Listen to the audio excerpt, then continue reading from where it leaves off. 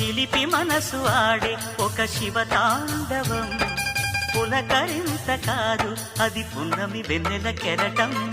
పెదవి చాటు కవిత మన ప్రేమ